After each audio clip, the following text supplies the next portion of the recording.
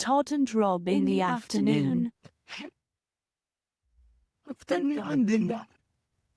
With Todd and Rob. Oh, yeah. Oh, yeah, here we are for the new media show. And of course, every plan goes sideways as soon as you go live. I apologize for those of you watching because Rob and Steve are scrunched and I'm full screen here. So who knows what's going on. But gentlemen, That's welcome. Right. I think it works. Yeah, it does. I just wish it would be the normal size, but Yeah. I didn't have time to correct.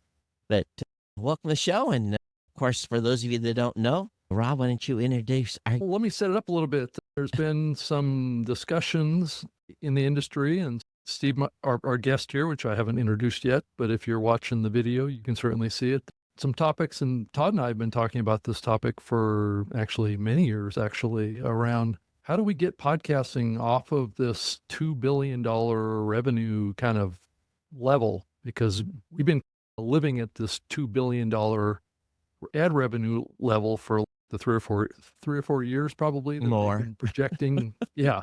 And Steve and a few of the folks have come up with some ideas. So welcome to the show, Steve Goldstein. He's the founder and CEO of Amplify Media and has spent many years in the media space on the radio side, and has spent over the last many years now focusing on podcasting and that convergence. So Steve, welcome to the show from New York. Very nice to be here. First time, I think. Maybe, I'm not sure. I think you were on maybe before. Yeah, it's been a while. I think maybe I was on, and maybe I was on once before, but a pleasure to be here nonetheless. And I am celebrating 10 years of Amplify Media this coming month. Wow. That's how long. And I am a newbie compared to you guys. I don't know about that. It doesn't change. It hasn't changed that much. Probably hence the reason why you guys are talking about get to 5 billion. I have a hypothesis on how to get to 5 billion. Yeah, that's what I thought this topic was. I'm trying to be funny, Rob. You missed it. Too. What? I'm trying to be funny here, but you missed it. Know. We monetize 95% of the shows that don't have advertising, and we put 50 ads in each of them. So you want to follow the radio model? No, not necessarily, because that would never happen in all reality. It would never happen. The ad loads are already too high. We can't handle any more. Some people think they can handle more ad load, but yeah. Anyway, so I haven't read the article or whatever the drama is. So I'm curious what the plan is to get to 5 billion. Sure. So I'm teaching at NYU. I'm teaching a course called The Business of Podcasting, and it is not a course on how to make a podcast like so many of the courses out there. This is on the ecosystem. Of course, we end up discussing the eco part of the system, which is that $2 billion number. And I had Pierre Bouvard in from Westwood One. He's the chief insights officer, but maybe more significantly, he spends a ton of time in front of buyers and always has. And so he understands the whole buying, selling ecosystem maybe better than just about anybody I know. And so he spoke to the class, and we talked about the 2 billion number, and we started laying out with the class how this moves north. And I thought his comments were revealing, and yet none of them were surprising. But there are so many different facets to trying to move this number north, you do need to break it down. But I think the most fundamental thing is that the audience keeps growing. And so theoretically, the revenue should keep growing. But unless you want to add in more mattress sellers and food vendors, which is 50% of the business today, you're probably not going to see the number grow significantly. And that is Pierre's contention as well, that you want to be in on the advertising agency buys. And these are brands who are looking for something entirely different. They're not really looking for the same kind of brand list. They're not looking to give you a coupon code and sell the mattress today. Delta Airlines has a different mission. They are trying to build their brand to the younger audience. Podcasting brings that. And so they need some things to participate. One, they need some kind of rating system. And podcasting is yet to come up with a single, simple to understand rating system. In TV and radio, there's Nielsen, and people hate it, but people use it. And it is the standard by which most things are purchased. And we could spend a whole other show talking about why that's a mess, but it would be a good mess for the podcast business to have one standard chart. And Pierre feels that the Edison chart is closer because it encompasses everything. It encompasses any of the podcast platforms, and it can also handle YouTube or Spotify video or whatever. So that maybe that's the right way to go. I'm not advocating specifically for Edison, but I am advocating for unification. If you go to PodTrack or you go to Triton, you're getting a slice, but you're not getting all of the companies. So you really don't know who's number one. You don't know who's leading the way. And I think Dan Meisner is quite right in trying to move the industry off of downloads. I'm sure you guys agree with that, and into something more consumption-based. Did I just get a number, Rob? I think it's a controversial topic only from the standpoint that this medium really in its roots was built on downloads. And for us to transition to something else leads the industry more towards metrics that are coming out of proprietary platforms. And that is the difficulty. Well, everybody is keeping the stuff in their pockets, which is a really bad idea. What's funny is, when did we do our first IAB meeting? Was it? It was back in 2014, probably. No. Well, there you go. Anyway, so the promise that IAB certification is this is going to bring the brand advertisers to podcasting. This is the information that they're missing, is it has to be, you have to have a certified number, and the brand advertisers will come when you're certified. They didn't come. So no, they did. They did come. Just not as much. Again, 50% of the podcast business today is brand advertisers. Right. And 10 years ago, that number was 0. that's true. So they did come. Right. They just haven't come with the velocity and the dollars The that numbers we that we hope want. for. Right. But again, I think if we look at the truth, here's the thing. They can make up hey, this is what this network's doing, and this is the Nielsen, or this is the Edison research rating, but got to have volume, and the volume is the key. You have, the volume is just not there. That's the problem. Even if it's... How do we get these buyers to buy wide instead of narrow, which I think they've been narrowing down. they're narrowing down. Yeah. Right. So the plumbing needs to be fixed. The plumbing, we'll start with, we'll call them ratings, if that's the right term, but let's start there. But then you get into other issues of brand safety. If you go to a Procter & Gamble or a big company like that, they're not going to buy widespread until they know what they're buying. And you have companies like Barometer, which Pierre contends are in the right space, but not famous at this point. In other words, brands are not even aware that they exist. And until they figure out, I'm talking about the brands here, until they can figure out how all of this works, they're reticent to put their money into 300 podcasts at a time. So they are putting their toes into it, but they're not jumping at them. But behind closed doors, these same people, I'm not saying the same people you're talking to, but the same people are telling me they're not asking about brand safety. They don't care. It's just a word they have to use.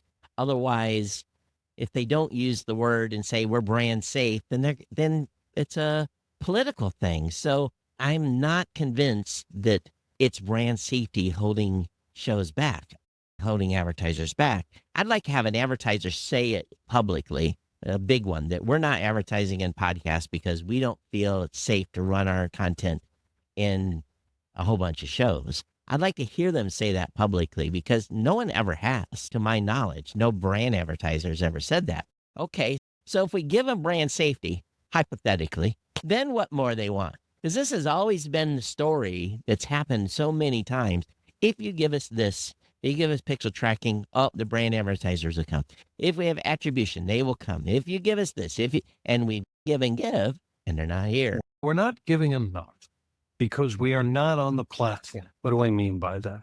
When they want to spend money, they have software that they go into that has TV in all of its forms. Yeah. And that is certainly evolving rapidly. And they have all the other, they have all the other media, but podcasting are not on that platform because of the measurement issue.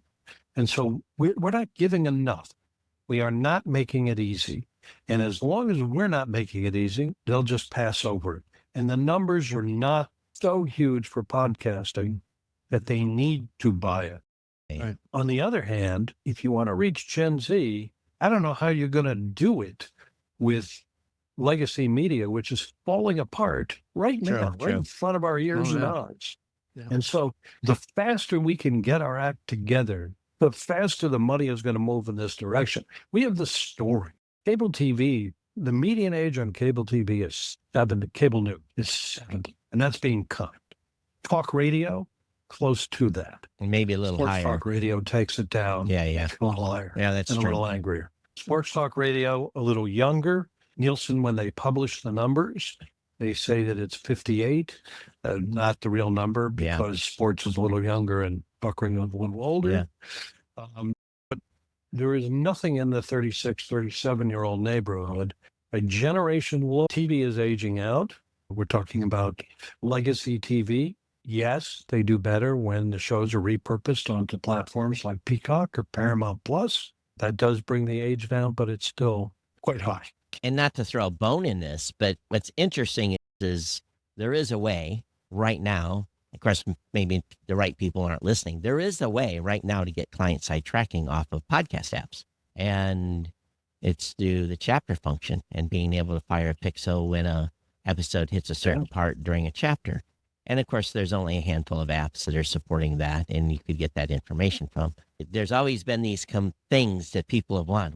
We don't have what Spotify has because Spotify has all the click-through data. We have the potential to give you all the click-through data, but Apple's not going to play. So that's 50%. And then whatever's left of that listening audience is listening on a traditional podcast app. Then there's only a small percentage of those that actually support it. There's ways to fix some of this data that they say we wanted for years. I'm sorry. I guess I get to be a little pessimistic because everything we've done that they say they want has never been enough. You're not there yet, Todd. You have to look at from the buyer vantage point, not the podcast. We're inside the jar. Yeah, well, that's what I'm talking about. If the buyer's telling us what they want, every time we give them what they want, then the dollars do not follow. This has been but let's come up 5,000 feet. Okay. Right now, Wondery has pulled out of whatever service they were on, PodTrack, Triton, I don't know which it was, because they can't roll up all their numbers. And by all their numbers, what do I? TikTok impressions and Instagram impressions, YouTube impressions. This is where the business is going. NBC TV, I think, is a fantastic example. I love taking these things out of the medium that we're in and focus on someone else's because there's always greater clarity. Legacy TV. You watch Channel 4, you watch Channel 7. Pretty simple. But we're not in that era anymore. No. Now you're watching an NBC show on the app. You're watching it on your mobile device. You're watching it on Peacock. You're watching it on YouTube. And Seth Meyers was on a podcast, and it was a Puck podcast. And the interviewer said, "Does it bother you that people aren't watching the whole show, Seth?"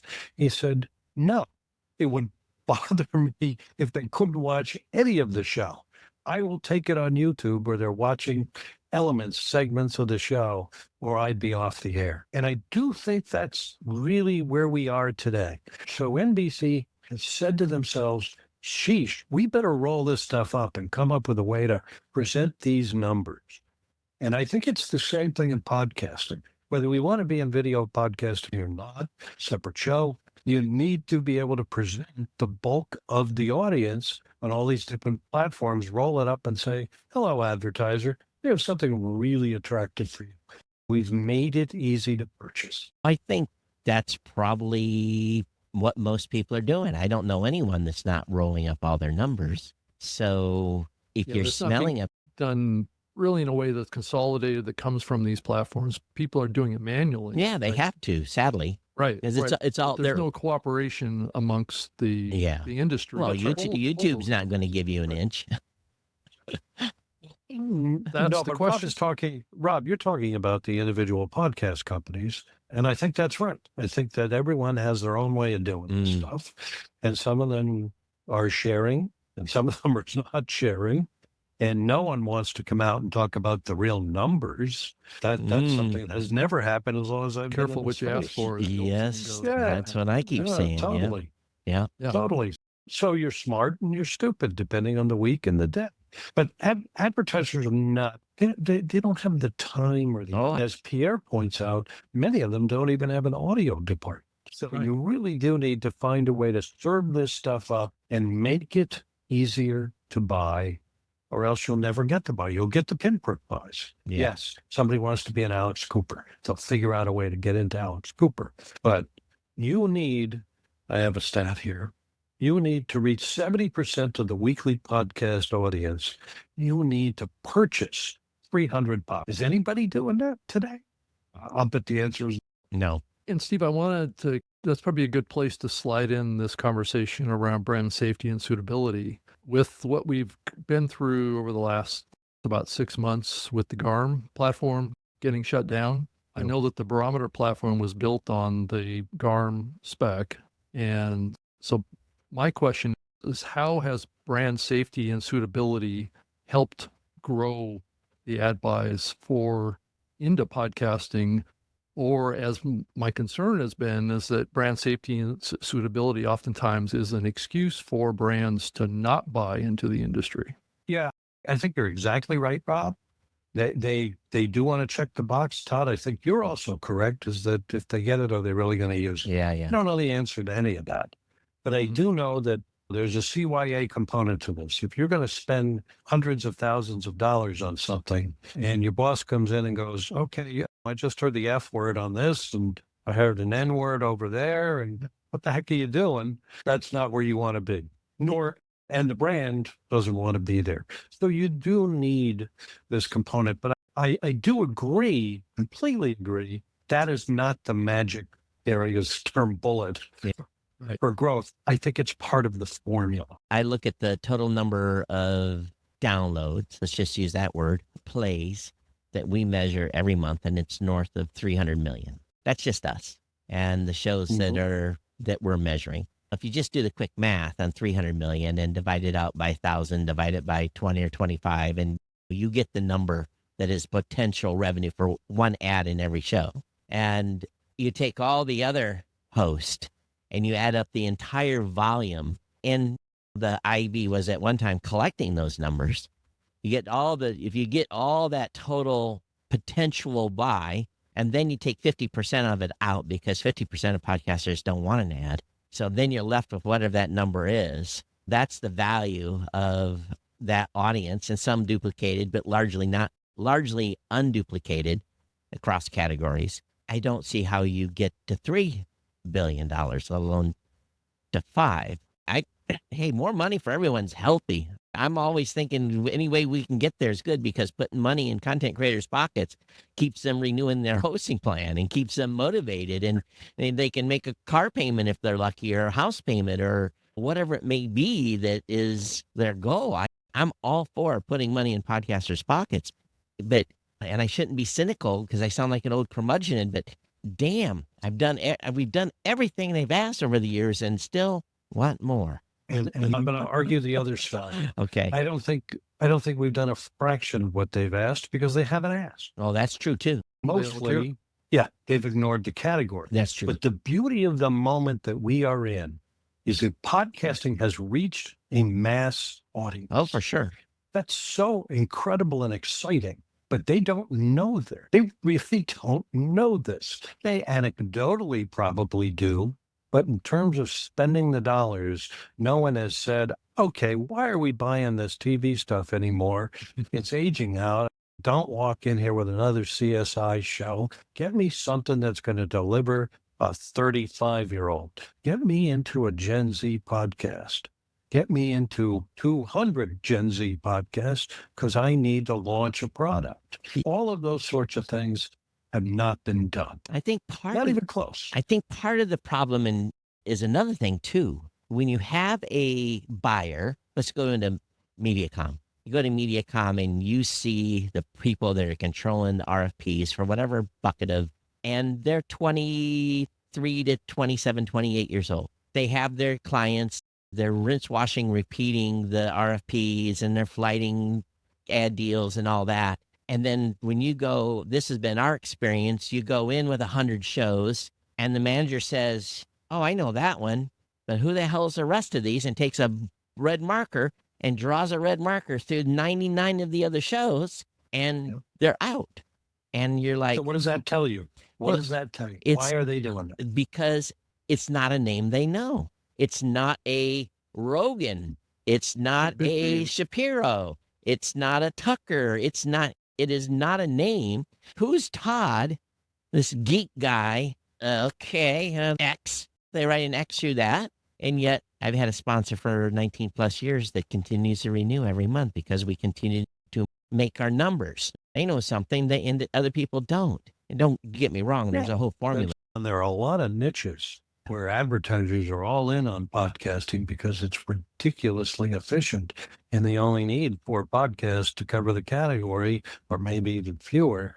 But that is a really narrow play here. What we're talking about is something essentially different. We're talking about brands that are used to spending a lot of money, Right. and they want to flood a category. And this one is too hard to buy at the moment. And it'll get better because the incentive is there, but it is. But It has to get better, or else you could be at $2 billion next year. But even Ford, when Ford was actively advertising this would have been probably in the heyday of Twit, where Ford was doing active buys and they were whining and dining podcasters like me and taking us around the country and driving Ford vehicles and get a little advertising out of the deal. The amount of money that they were advertising was no more better than what I was getting from any other ad deal. So and again, they were being super, super targeted. If we can get beyond, again, if someone can figure out a way to have all ships rise, hey, I'll jump on that. The question So is, a unified chart with real ratings and consumption would go a long way to getting podcasting onto the dashboards of these advertising agencies. so what is a consumption number? Is that just a fancy way of saying that this has so many plays or downloads? Are we just changing the definition again, or what is Impressions. consumption? It's always impressions, right? I don't It's know. impression. Is it impressions? Yes, that's It's what ad it is impression. on the TV, Yeah. the radio side. It's Yeah. certainly impressions. And that's what they're used to. So let's give them that. Yeah, we changed the word twice already, so I guess we can change it one more time. Yeah, it's not just content impression. It's specific ad placement. Did my ad play at That's 2 minutes where and yeah? That's right. where That's right. Todd, that's where your idea came in around the chapter. Yeah, exactly. Being able to have those ad placements happen during a chapter marker. Yeah, and there's some technical hurdles to jump for privacy and all that other stuff, but Yeah. it's well proven. I proved it myself. I proved it works. And I can see who listened to the beginning of the GoDaddy ad, who listened to the middle, and who got to the end, and what that number was across the ad. And I could say, okay, X tens of thousands started and X tens of thousands ended, or skipped, because I can see if they skipped too, because they didn't hit the middle marker and they didn't hit the end. We've got it. It's just a matter of is there willingness of people like the people in the traditional old school apps, I guess we're going to call those, is the Overcast, and those folks willing to put that feature in there. I doubt it. Sorry, don't mean to knock an Sure. Overcast, but what is that? 1.2%? 3.5, 4. But they're the Yeah, highest of but- independent podcast apps. Great. Then Yeah. it should be on the list. I'm not Oh. impugning their business. No, I'm talking just about- saying that but- the business has shifted. But he's got the whole inventory of shows. So and not every show is going to do a Mhm. chapter file. But again, I think it's hard. I think it really is. You got Spotify that's locked up their segment. They're not going to give no data out besides what they do. Apple's worried about privacy. They give the numbers they're going to do. They're not going to expand. Where are we going to get this data? I've got data. We allow our customers to share that data if they want. But again, sometimes But how people many are of your customers are? I'm gonna tell you why. It's very obvious to me, and it boils down to you listen to some of the stuff that Rob talks about sometimes over at Libsyn about averages, and there's some shows that are very small and some shows that are very large, but the very small shows drag down the average. Now, I will say that the average is increasing because there's fewer shows now, active 240,000 every 10 days. So the listeners are all still here. That's the amazing thing. So the listeners And haven't it's still growing. and it's still growing, and those listeners are going deeper into the pile now. They're not just looking at the top 50 shows in a category. They're going deeper. So we're seeing show growth, but again, they're So not. it is true that the big shows are getting bigger. Oh, absolutely. So the listener traffic and viewer traffic is gravitating increasingly towards the bigger shows. And that's what's shifting the whole market, right? To a smaller number of shows that are getting all the attention and all the ads, and why we're starting to see too many ads going up and starting to show up in the survey data that the audiences are saying, we're feeling too many ads in the content now. Well, but, here's the problem with that concentration beyond the obvious. They are then competing to be on those shows. So we're talking about CPMs, and we're talking about, this is great for Alex Cooper. Great for him. But that's rarefied air. Yeah. Right. So now take that to the next level. It's up to the business to say, you don't need to be on Alex Cooper to reach women 18 to 20. Here are 10 more podcasts that are going to get the job done for you. And you're going to look like a hero because you're going to be bringing it in at a much more efficient level. It always blew me away. I'd go to the media buyers and I'd say, listen, I said, here's the 5 shows you're buying this quarter for this product, and you're only getting 5 ad spots or 10 ad spots a week. That's all you're getting. They're doing 1-2 episodes. You're getting 10 spots. But if I added these other 30 over here, 40 or 50, and for just a little bit more money, I can increase your ad spot count by an enormous number. And the smaller shows perform at a much higher level than the bigger shows do. And your cost for acquisition costs, because we're talking to a DR, is going to go way down. You're going to look good, but oh no, we can't go. Got my 5. I can't get approval for the other ones. It was easier, believe it or not. It was easier to sell direct when you could talk to the company. To them, that conversation was simple. When you talk to a media buyer in that way, it's too much work. I have to write, I got to write 50 RFPs. So I used to tell them, hey, just one promo code. You write one RFP. I take care of everything else. I'll send you the reporting every week. And we can't use separate promo codes. We have to have separate promo codes in DR for each show. And I'm like, why? As long as you make your CPA, keep sending me checks. The DR agencies are a separate monster. Yeah. And podcasting has overperformed beautifully for that sector. We know so many advertisers that are so happy with podcasting.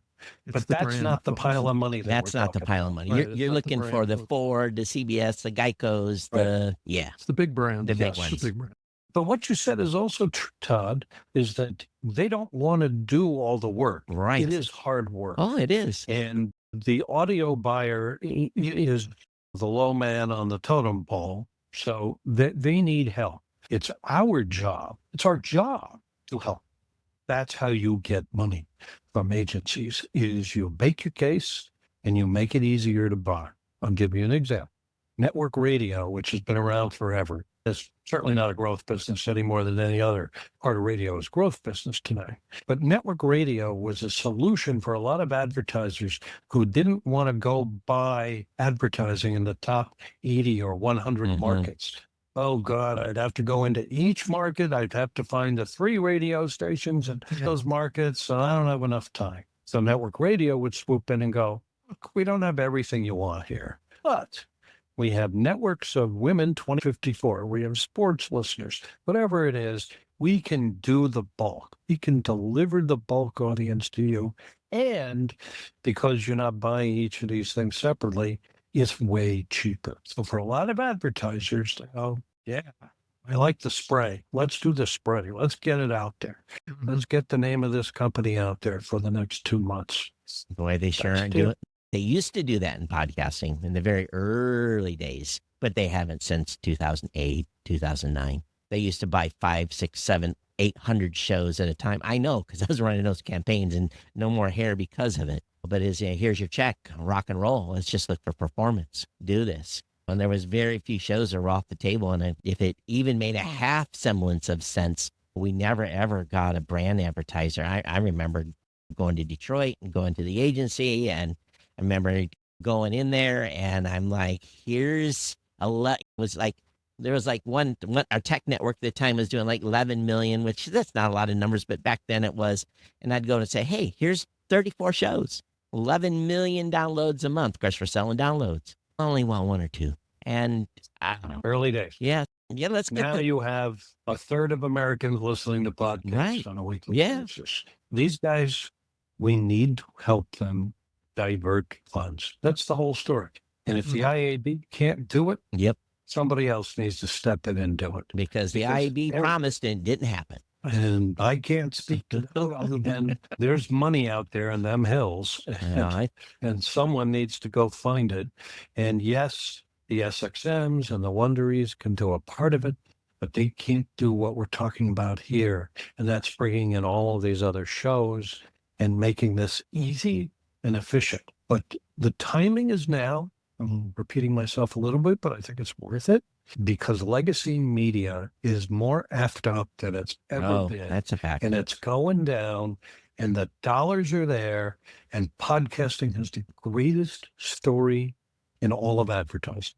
And I am not exaggerating. I think. I agree with you, Steve, that if there ever was an opportunity for podcasting to capture those budgets more, I would think now's the time. And then the question gets back to is, well, what's holding it back? Just like what you're trying to answer here, and what needs to happen, because those buyers will eventually realize that podcasting is the new mainstream media that they built their whole business around, and that they're going to want to get into this medium. And if they hold back, their companies are going to face probably a revenue decline if they don't. And they're not doing the job for their client. Exactly. But if you're not in that buying media mix system, and that I can't tell you that I fully appreciate all of that, other than I understand just enough of it, that if you're not in the modeling and you're not in the media mix systems at these agencies, then you're not on the buy. the thing I'm concerned about is we've done this to ourselves in the podcasting space. There you talk to all the majors, Wondery, all the ones that are doing the majority of the buys, they won't even look at a show that has less than 10,000 listeners per episode. They won't. It's even higher than that now, I believe. It's probably up closer to 20. So if they're looking for just 20,000 and above and ignoring hundreds and hundreds of, probably 1 billion impressions a month, they probably just left on the table. I bet you there's 1 billion impressions a month left on the table. There's also $1 billion. So that's called programmatic. And so the smaller podcasters are not going to get the customer service that the big ones are going to get. We know that. Yeah. So let's make the programmatic engines that much greater. It's already happened in streaming audio. Now, that business lives in it. I've got a large number of shows on programmatic right now that are smaller shows. And as you should. It scales really easily. It's real easy. Shows. Click a switch and you're on. Don't do anything else. Continue doing your content. And the more that happens, and the more GRPs they're able to buy that way, I'm talking about the agencies, yeah, the more comfort they will have, and the more money they will divert into the sector. Yeah, that would make Rocky happy. We've integrated with SoundStack, so they do all of our programmatic delivery. I don't even have to. They send me a report every month, says this is how we did. I'm like, great. There you go. Then we send the podcasters Rocky there. is great. Send them their check. But again, Ford's not going to do programmatic, will they? Probably not. And so if we want to get to, if we want to get to 5 billion, we have to, basically what you're going to have to do is you're going to have to get every show that wants advertising that has an audience of 1,000 more listeners. And again, I don't even think you can get there then without the ad frequency being out of control. But again, we've been trying for years to make that happen. And of course, you have a super niche show. You're a neurologist and you're reaching 1,000 neurologist surgeons. Yeah, you're bank. You're good. You basically you're. They don't need any of this. Right. No, there was a guy I've mentioned him before. Does an HVAC podcast. I met him at Podcast Moment years ago, and his business was HVAC. His love was podcast. Figured out how to marry those two things. Yeah. And he's doing hundreds of thousands of dollars a year talking to the guys who buy carrier units and train Right, units. right. And those things are hundreds of thousands of Yeah, dollars, those yeah. units. And so what does trainer carrier want? They want a couple of those guys. Right. That's what they want. Yeah, They that's don't true. need 10,000 listeners. Nope. They need 500 guys who are buying these things. But that adds to the ecosystem. There is $250,000 you add to the annual total of people making money. Okay, 500,000, whatever he's making. Again, that works, but there's not a lot of those niche shows out there. I do think there are a lot of niche shows. They don't necessarily know how to sell. Yeah, that's true too. That's a whole separate. There's an opportunity for somebody, for some bodies, but we need to focus on the big dollars, So- shifting them over. So his hypothesis is that if we have an Edison that gets insights, okay, so we're not going to fill out diaries, by the way. So if we get an Edison, if we have an Edison that has Something wrong with that? It doesn't work very well. That's well, I've done one before. I used to get my I can tell you where $3 the and write. I problems used to write in podcast names. Yeah. Just as a little aside, if I might, I was chairman of what was the Arbitron Advisory Council, now owned by Nielsen, twice. And that we were in the diary business, and then we finally got into electronic measurement. And that was supposed to open up a lot of things, but it also scared the crap out of broadcasters. No, we can't have people find out exactly what was in the Oh, We'd interesting. rather have 5 minutes equal 15. Yeah, That's the way it's been forever. And Yeah. now it's 3 minutes equal 15. Yeah. Not a year. yeah. But we have the data.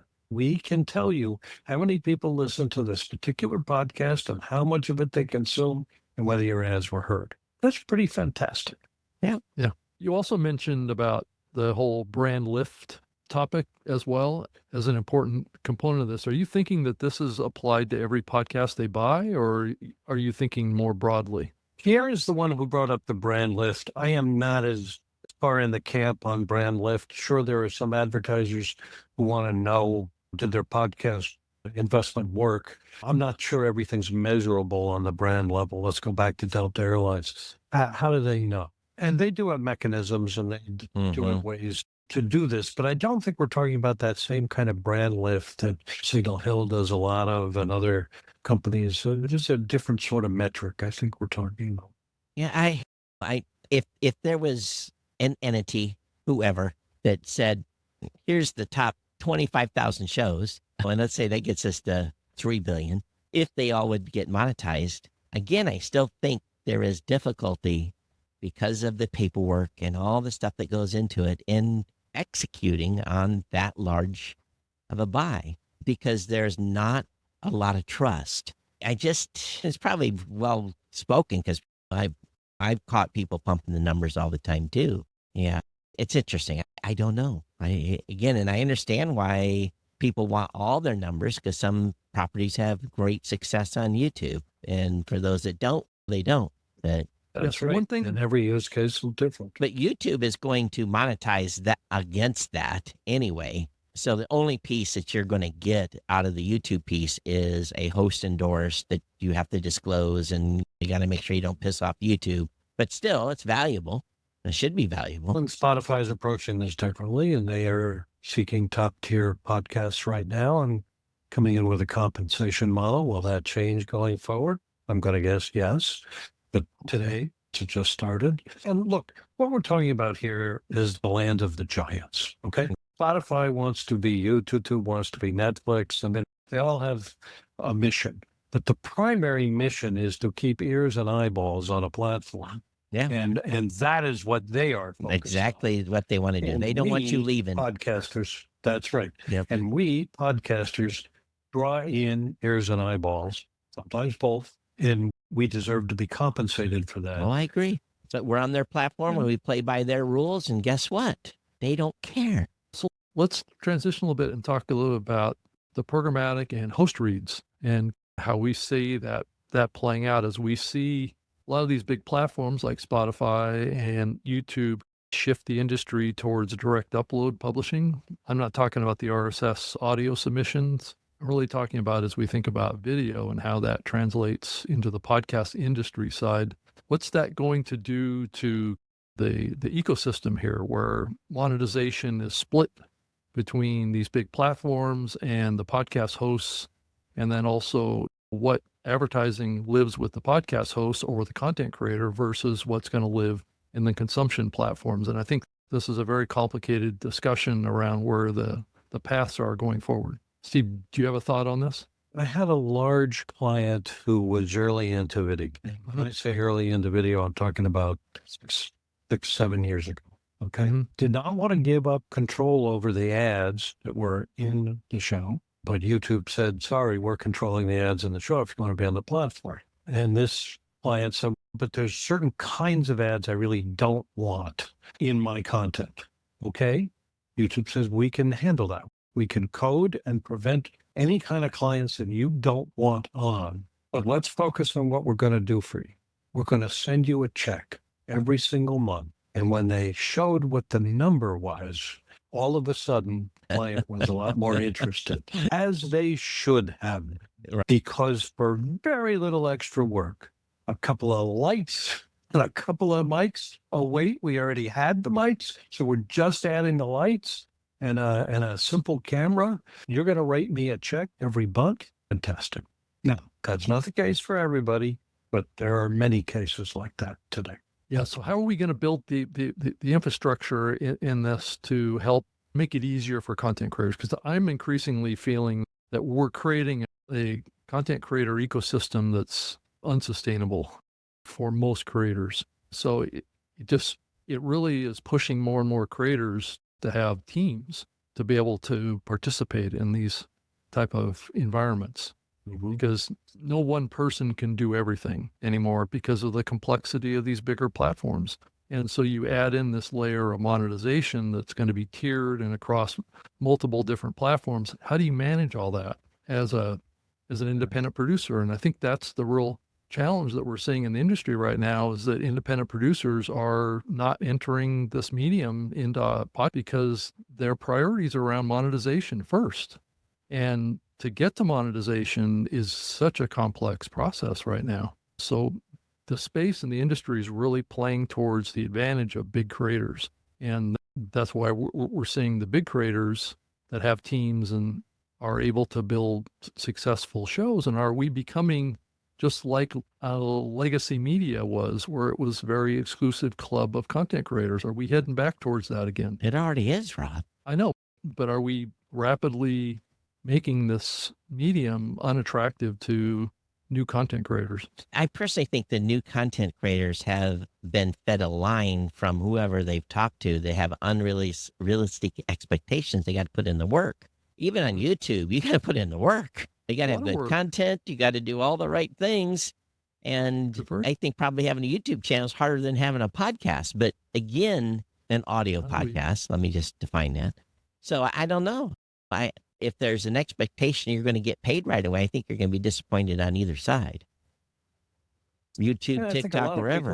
And look, as you said earlier, there are 240,000 active podcasts 10 days out. Yeah. There's a reason for that. Go and look at the chart. You've got the charts. Every one of the platforms has the charts. Yeah. So everybody experimented. Everybody realized quickly that there weren't going to be stars, or that doing the 5th episode of the 10th episode was way harder than the first episode. A lot of them bailed out. Sure. Okay.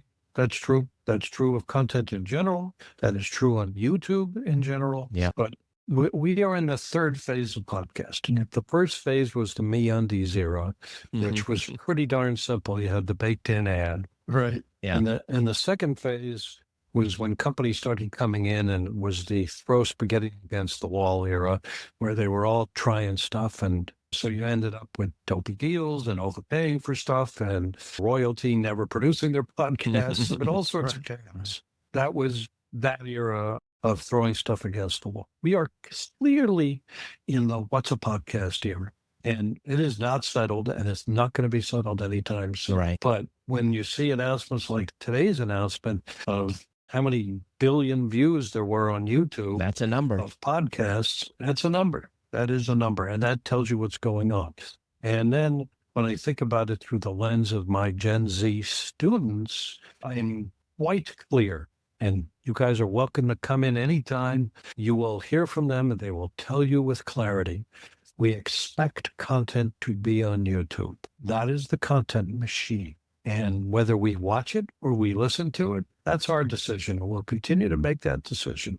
And some stuff we don't think should be a video podcast. But we'd also like to make that decision for most of the shows, whether we're going to listen to it or watch it. That is where we are. And that is chaos for a lot of producers, but it's also opportunity. And it isn't going to be resolved in the next 20 minutes, but it is where we are at this moment. And I'll just circle back to the money and say, but the money is here. If we can go get organized and figure out how not to keep all of our really good data in everybody's individual pockets, that will be a good thing for the industry. I went to that podcast business forum in Brooklyn last week, and Dan Meisner was on Airfest, and Dan Meisner was running a session talking about aggregating all of the metrics. And a lot of the companies in there were not eager to share metrics. Of course. Why not? Why not? Grow up. Protecting their sandbox. Yeah, that's always been the case in this space, is that it's like trying to corral stray cats. Everybody here's is off doing their own thing. Here's a funny thing, too. As a hosting provider, I don't care if they share their stats, but I understand why some of them don't want to. Sure, I understand too. Yeah. So if you look at television ratings, there are some shows that suck. Yes. What happens to those shows? You go, wait, They perish. But also at the same point, some shows don't suck. They're just small. Some So, shows do not get discovered. They Yeah. live in the lower left Yeah. quadrant yeah, of the lower left quadrant is low quality, low awareness. but The lower right quadrant is high quality content, low awareness. yeah. That's a real problem. There's and- a lot of great shows that do not or get low discovered. audience. And Yeah. the call I get 9 out of 10 times when I'm talking, and we've talked about it here on the show 100 times. How do I grow my audience? And you ask that content creator, or that podcaster, say, what's the goal of your show? And they can't answer that. So there's already fundamentally an issue, or they have to make it up on the call. I used to go look at their website. I don't even go look at their website now. I just start with that conversation. Because if you don't have a good plan for your show and who you're trying to reach and everything that goes along with it, how do you know how to make good content for that particular audience? Now, if you just want to do a fun show with your buddy and drinking beer, that's cool too. Do what you want to do. There's plenty of successful shows out there that are just having fun and drinking beer. Let them do that. Yeah. Good content is hard. Yeah, and good It has content. always been hard. This is not a podcast conversation at Yeah. this moment. Yeah, It's a content conversation. It's always been difficult. Yeah. But what is happening today, I think, at a greater level than ever before, is mediocre content is getting crushed. oh, I would And say that for will sure. continue. That will continue. And as we move into this era of AI where machines can create content, you're just going to see more mediocre stuff. Although some stuff we've been looking at, and we'll see how it pawns out. I think audiences, personally, I'm running away from that type of content. As soon as I hear that voice, it's on 50 other YouTube channels or if I even hear one in a podcast I sample, I'm immediately back out of that content because I'm trying to seek people that are real and someone that's genuine. I think people will seek this content out. It'll take some time. But I think there's going to be a divide at some point of, we're going to put all the AI generated here, and here's your legitimate, real, true voice content. Maybe I'm wrong, but Well, I think eventually they're going to be able to tell. the customers, but I think the listeners will figure that out. yeah, When I was at CES a couple of weeks ago, one of the terms I came away with was AI slop. yeah, And that is not a term I'm making up. That is a term that I heard several times. And I love the term because it really sums the whole thing up. And audiences are smart enough, shrewd enough, fickle enough. They have multiple choices. They can tell when something feels fake. And that doesn't mean that there isn't opportunity to do AI-baked content. True. There is. I think so too. But I think by and large, podcasters are pretty darn safe if they're creating valuable, fun, interesting content. The machines don't know how to laugh yet. Maybe they will, but right now they don't. And I think that is the safety zone for podcasters. Although- The safety zone for podcasters. Although we could get to a point Yeah. at what Sup11 Labs is doing, and there could come a time, and it's not that far away, that if a model is trained well enough with a voice and they're able to get the inflection stuff under control and understand the mannerisms, Foods and emotions. if they get Yeah. that done in the next couple of years, then we're already seeing it, 3,000 AI generated podcasts are already being tracked. What happens when that number goes to 25,000? You think you're listening to That number's so low. Yeah. When do you hear Rob in 5 different shows, 5 different days, and me in 10 shows on? There could be this, and then it's all hell's going to break loose because you're going to have to do video, maybe, to prove that you're the person until they get the syncing down, and then maybe that's not even the case. That's So what they keep saying, is that the only proof of life is doing live video. live video with what's being showed up saying it's 4:01 right now, but even that can be fake. So who knows where this is headed? Gentlemen, I am being kicked out of the conference room. Okay. All right. So I have got to go, but I must say I've enjoyed the conversation. I know we've solved a ton of problems. Oh, yeah. There was a bunch more to talk about. If too. there's a solution, I'm all in, because I'm all in putting money in podcasters' pockets. I'm all in. And I don't want to be told again, that's not enough. It's going to be more. Yeah. Not enough. All right, Steve. Thanks for All right, being on. Steve. Pleasure. Yep. Thank you so much for joining us, Steve. It's great. Now you're full size here. Yes, that's true. All right. This is it's a very challenging topic and discussion, and there's no easy path forward here, I don't think. No. So it's layered with so many different layers that it's going to take time to work this out. And we've been heading down this path for a good 5 years now, and we still haven't worked it out. Yeah. Rob, it's been going on since 2009. Oh, I know, but it's really been at peak of mind over the last probably 4 or 5 years. Here's the thing. The brand advertisers, everything that we've done has not been enough for the brand advertisers. And yeah, they come in with more money, but they came in with more money for 20% of the shows. And none of that trickled down. And it's been that way. And here's the plain fact. I think there's no chance in hell they make $5 billion. I think that's just a pipe dream. If we made it to $5 billion, every podcaster that's actively producing a podcast right now will be able to retire. Todd, it begs another question, is that a lot of these ad buying agencies and brands have been spending a lot of money on advertising, right? On radio and on television. Yeah. If we continue down this path and radio and television kind of completely lose their audience or the vast majority of their audience, then all these agencies and brands have all these extra budget maybe that they're not going to allocate to anybody. And maybe that's the path that things are going to proceed down. Well, I can wish in one hand and do in the other, I just don't think that's going to happen fast enough, because radio, be honest with you, has always been local anyway, mostly local. And the only time there was national advertising was on syndicated, like Hannity and whoever else is on talk radio these days. I don't even know. I don't know. It's the same thing. It's the same story for the last, for me at least, 10 years. Yeah, Todd, I do wonder, because really the only parties that have the complete solution to this is the big platforms. Oh, yeah. So we didn't talk about this aspect, but I believe that there's a lot of data envy that's going on in the space. Oh, of course. In the advertising space because of what they see on YouTube. Of course, because guess what? YouTube knows. They know everything. They know. Yeah, they know. And guess what else they know? And they share everything too. They know everything about every listener on the platform.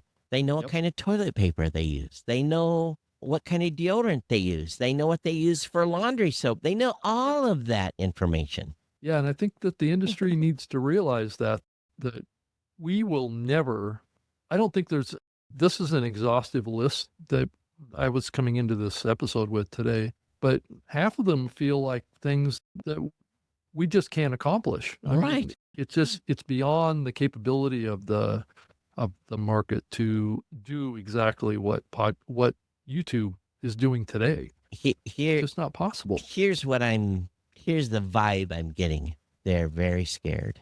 Who's they? Advertisers, podcast hosting companies, advertisers, the whole ecosystem. They're worried about the exact same thing that I just said, is that if radio and television fall off a cliff, then where are they going? They're going to go to They TikTok. cross podcasting. Where else are they going to go? They're going to go to TikTok, or they're going to advertise on YouTube or wherever. Yeah, that's my bigger point. is Yeah.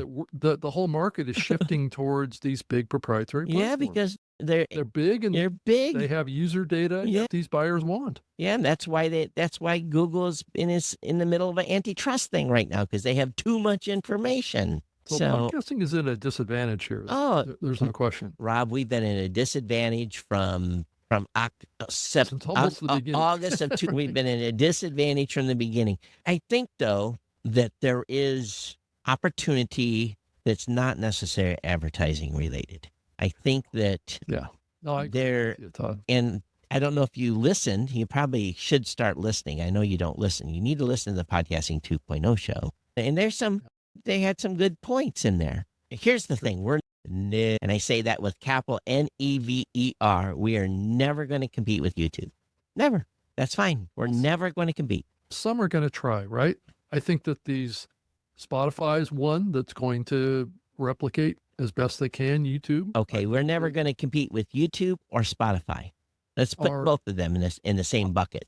I think that iHeart's going to want to compete in this area. I think that SiriusXM is going to want to compete. I don't think they in this stand a area. chance. I think they don't stand a chance. I think to some degree, most of them are already doing it. Oh yeah, they're on YouTube To some and wherever, degree, yeah. but just not to the level of the YouTube envy that exists. Oh, there's a out there. huge amount of YouTube envy. Right. I see it every day with the work that I'm doing with trying to do video too. And it's remarkable. And podcasting just can't compete with it. And the currently. thing is, so if we can't compete with it, I'm going to quit worrying about it. And I'm just going to continue to focus on what we can do for those that want to create audio to make it the best experience possible. And we have to realize that the people that really are going to benefit from a shift like this is going to be the top tier shows. Absolutely. Right? The top. They already was it have. the top 1,000 shows. They already have. That show, and- that boat sailed, Rob, 10 years ago.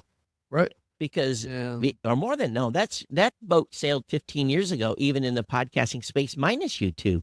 Because guess what? Right. The advertisers didn't give two licks about smaller shows. It's, again, here's the list. Here's a list of 50 shows. You do all this work and you go and you got a $250,000 deal on the line. And then they go in and they looked at that RFP over and they go, we'll take 3 of those 50.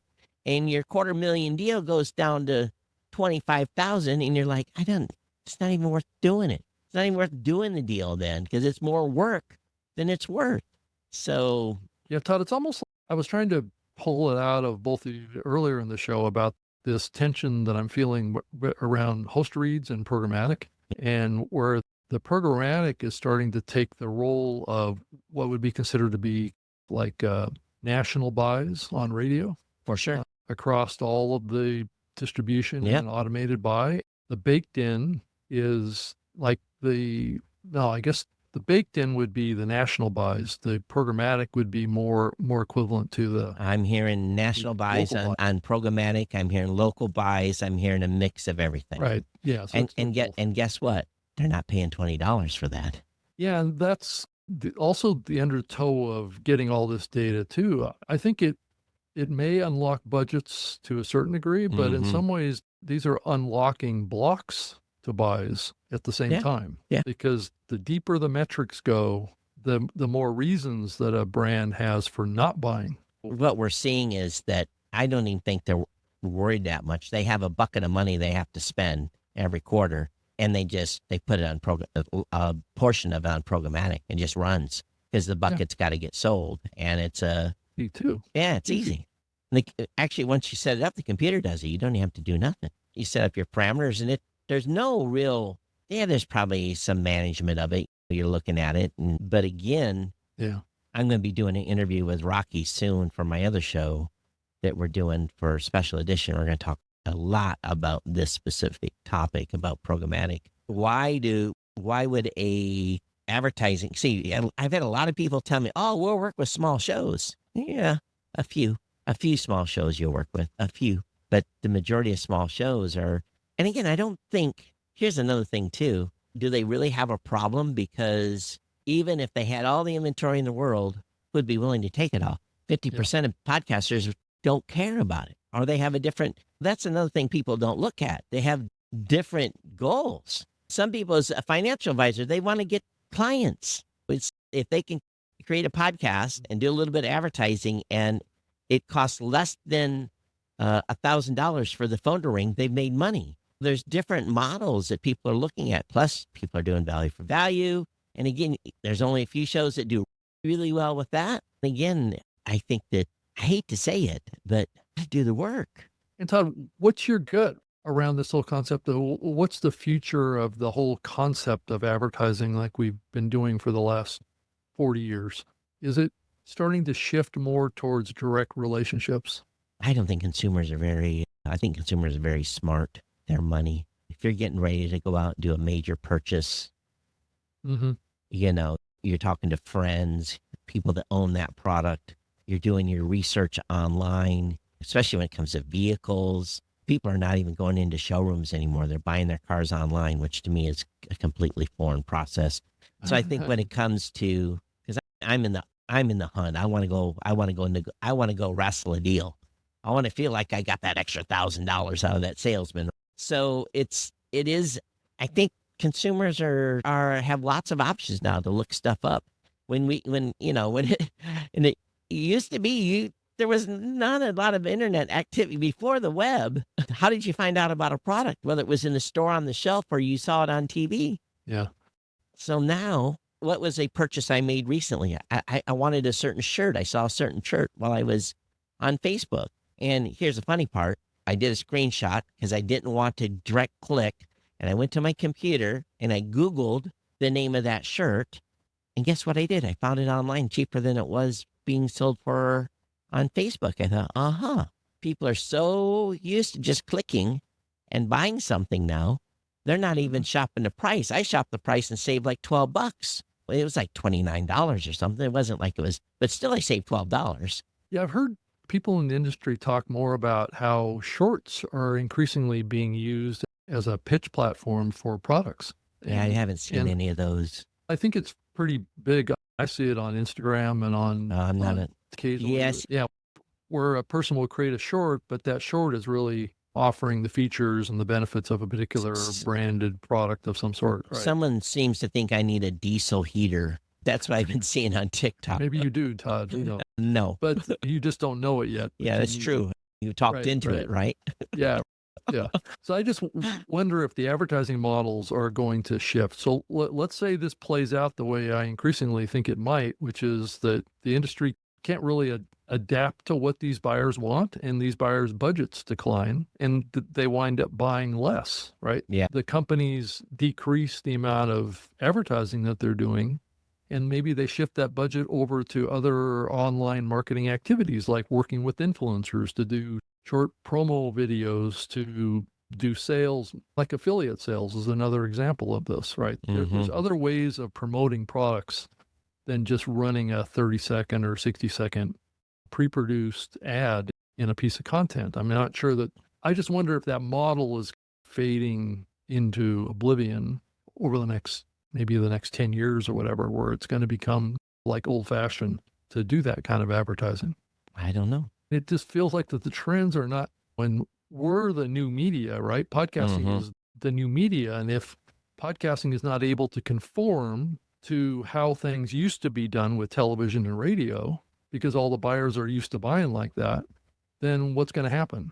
They're going to have to either change, or the content creators are going to have to be less reliant on it. Right. So I'm just posing the question. I'm not trying to say that the doom and gloom time for advertising, but I just wonder if the trends are starting to push us in a different direction. And it's hard to know how this is going to play out, especially when you add AI onto the mix here. How's AI going to change all this too? Oh, yeah. How are you going to do brand? Of course, you can have a perfectly brand safe show with an AI. The person's creating the robot. Here's the funny thing. Once the YouTubes and Spotify's of the world learn how to program a bot to produce news and sports and shows, they're just going to roll it out their own, and they're going to collect the advertising and tell everyone else, go pack sand. Yeah, Todd, did you see that YouTube rolled out a whole bunch of new AI features? And they've been talking about adding the ability to generate AI videos inside of YouTube. I'm sure they're going So- to. And guess what they're going to do? They're going to collect the advertising off that revenue and won't have to pay anyone anything. No, I'm not talking about it's going to generate its own content, but they're giving the tools to their creators, their channel owners. So how would you even know that it wasn't YouTube doing this? I'm playing devil's advocate. If I was YouTube, if I was in YouTube marketing, I'd be like, hey, let's use these AI tools. We can put we don't have to pay anybody. we can put 500 channels up, and we can come up with a whole line of content. And guess what? Cut them loose. And then guess what we do? We advertise. We step on the scales. And guess what? We're going to make more money as Google because... Yeah, I think in the long run, that could be what happens here. But I do think that YouTube is going to want to play off of the credibility and trust that's associated with human creators until they don't have to. They have trust with human creators? No, I'm talking about the consumption side. If YouTube can give tools to human creators that will allow them to create content that maybe is a little bit more authentic, then that's probably plays into YouTube's advantage in the short run. But in the long run, as these AIs get better and they can replicate me, like I could potentially write a script and upload it to YouTube, and it knows me. It's indexed all my videos, and it would accurately portray me in a video, and all I have to give it is a script. Well, I want to see that, Rob. Today. I want to see that. Platforms. I want to see that, Rob, and see if it doesn't look like I mean, I think it does. It probably would today, but 5 years from now, 3 years from now, is it going to be different than that too? And I think, then you throw in the ability to have dynamic ads, dynamic visual ads.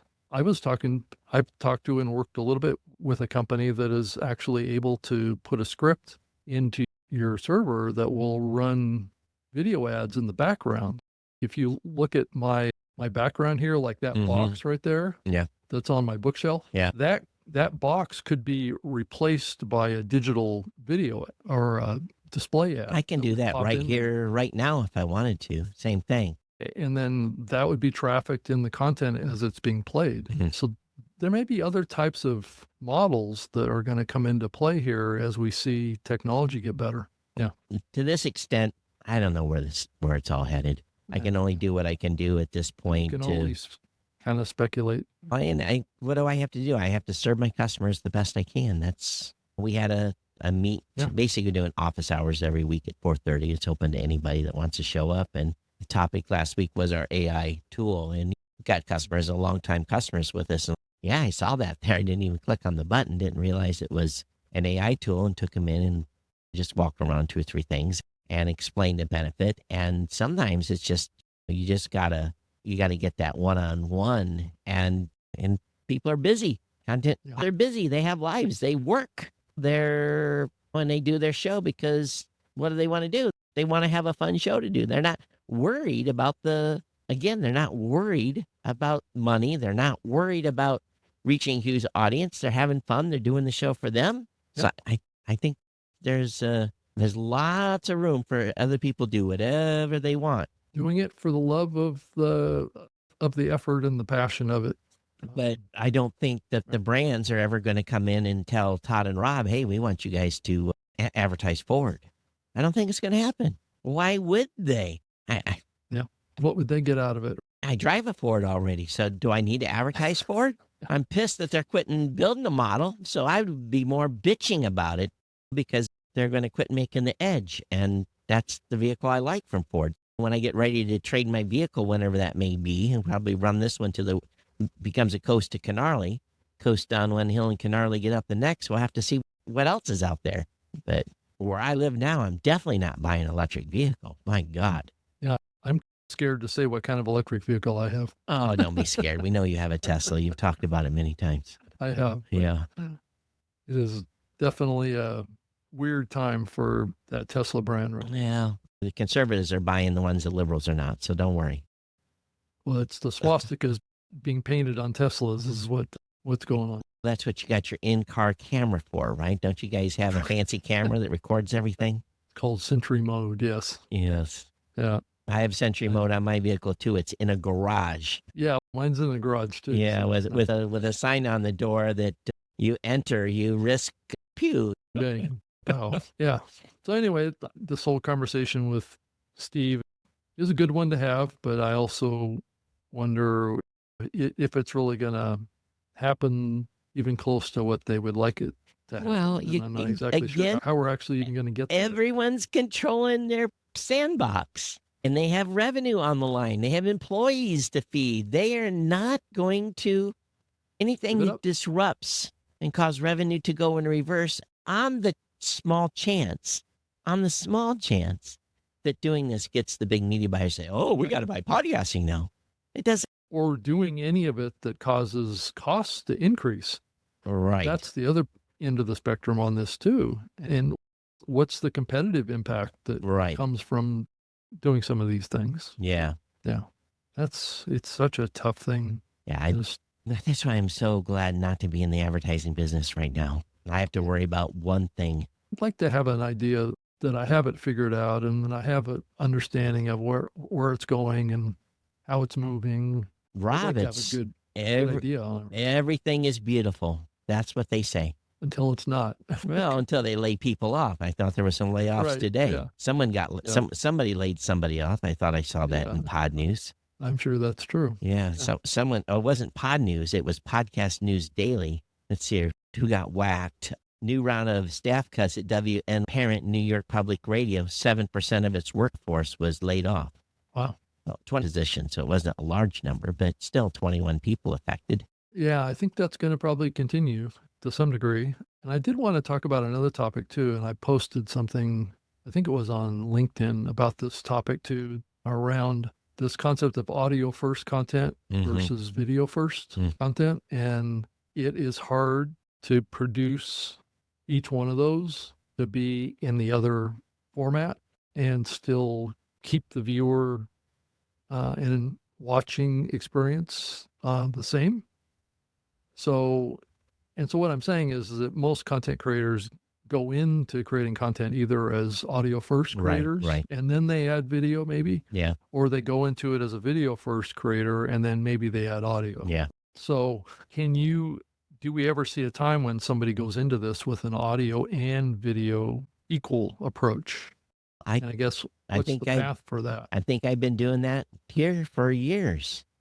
This show's an Yeah, example yeah. of a show that we've done in a converged strategy. And sometimes we goof up and show something and don't explain it. So we're not immune to leaving the problems, listener right. behind. And I caught myself the other night on Geek News Central saying something, and I was basically talking about this. It was weird.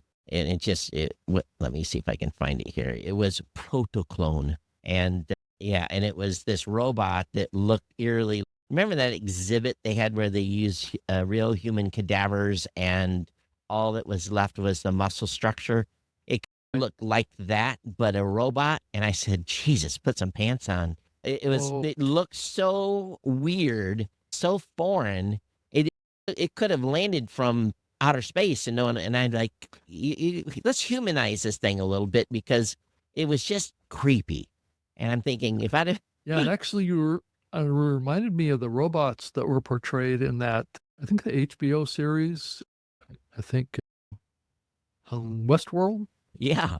where those Those like a white skeleton robot. Yeah, those weren't creepy. Those were pretty interesting, that show.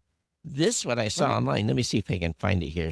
But I was just like, who is their marketing person that It's almost like they needed to layer on some sort of a skin on this thing. yeah. So let me show you this thing. 5, 6. Okay, so here's what it looks like, Rob. Yeah, I know. Yeah. What I'm doing during my show is I'm like, oh my God, this thing is, and I'm trying to tell you about how weird it is. And then I'm remembering, oh yeah, the listening audience can't see this Can't thing. see it. And I said, it's in the show notes. It'll be first thing in the link. You got to go look at this thing. And I'm jokingly put some pants on because, look at this thing. Is that something you want to come do your dishes in your house, Rob? Oh. I don't think so. Needs some skin of some It sort. needs a Bermuda short and a T-shirt, at least. And don't make the head look like it's something out of a UFO film. It's just, I'm just Yeah. like, it's geeks that are making these things. So this will be real cool. And no, Oops. yeah, it works. Yeah, I see that thing coming up. That thing's coming up the stairs at night. It's going to get the 12-gauge shotgun blast, There goes that $25,000 or investment. 2.5 million, or whatever it is. Yeah, Yeah, right. I don't know. So we had a few comments today on YouTube. Your audience even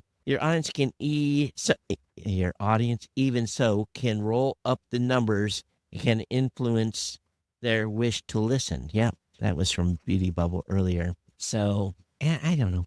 I guess today I'm just in the I don't know mode. And I think, But I can tell you, I subscribed to the ChatGPT Pro version oh, you did. for 1 month as a test. So have you seen a big difference? They rolled out O1 for people to use now in the $20 plan. You get 10 uses of it a month. And I understand why it's only 10 uses. I played around with it for a couple of hours yesterday in the reasoning model for the Pro version, O1 Pro. And I did a head-to-head comparison about it's a lot better. But you have to know how to use this thing. And you're going to use your 10 uses up just learning how to use it. So how would you say it's better? All right. So as an example, what I did was I was having it help me write a script. And I said, this is who's good.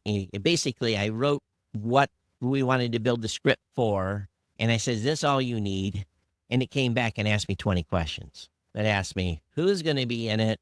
What setting? What camera angle? It just went through and asked me a bunch of questions. And I thought, oh, this is weird. I just need a script. And then and again, I probably worked on this prompt and the answering its questions for 20, 25 minutes. But when I hit the final solution, it kicked me out a script that I still had to edit. I probably spent 25, maybe another 30 minutes on editing it. But I have a script that if I would had to have done on my own from scratch, I would expect it would have taken me 8 hours to write that script. 5 to 8 minutes of content. But I'm worried now, is it just going to make us too stupid? Or we're going to end up not having any creative thoughts left? But I definitely got super creative so then I started understanding how this thing worked. And then I did some other stuff and I said, oh yeah, this is where the true value is. But again, it's a language model. I've seen it yet. I've used the Grok 3 also, and I've used the Chat GPT 4, and I've seen it increasingly push towards, before it gives you an answer, it will actually generate a prompt for you to actually use. Or to improve. Or to improve or add elements to it, and then cut and paste that out, put it into a new query, and then fill in the prompt blanks. If I was a copywriter, I would be very worried about my career. So anyway, we're out of time, and I got a hard call coming in a few minutes. But what do you guys think? We're going to have Adobe on next week, and I'll be in a different location. No longer here in the Palatial Studios. I'll be back in the Philippines. Yeah. And on OBS, we'll be doing the show on OBS. So would you be back for a conference, or are you going to stay until I am not. I'm sending other team members to Podcast Movement to Chicago. Yeah, I'm not going to Chicago. But I will be back in time for London, though. Oh, London. Yeah. That's in April, right? That's in May. Yeah. In May. Second or third week of May, something like that. Okay. Anyway, Todd at blueberry.com on X, news at geeknews.chat on Mast. Okay. Yeah. Rob? I'm on X at Rob Greenlee, like I've been on since 2007, and also on YouTube at Rob Greenlee, and also on Rumble as well. So I'm over there to some degree, trying to see what's going on with that platform as well. I know we're streaming live to that platform, I believe now. Yep, we are. It's awesome. And of course, go ahead. Oh, and then we've got LinkedIn, all of the big social platforms. You can easily find me over there. And then robgreenlee.com. It's always a good place.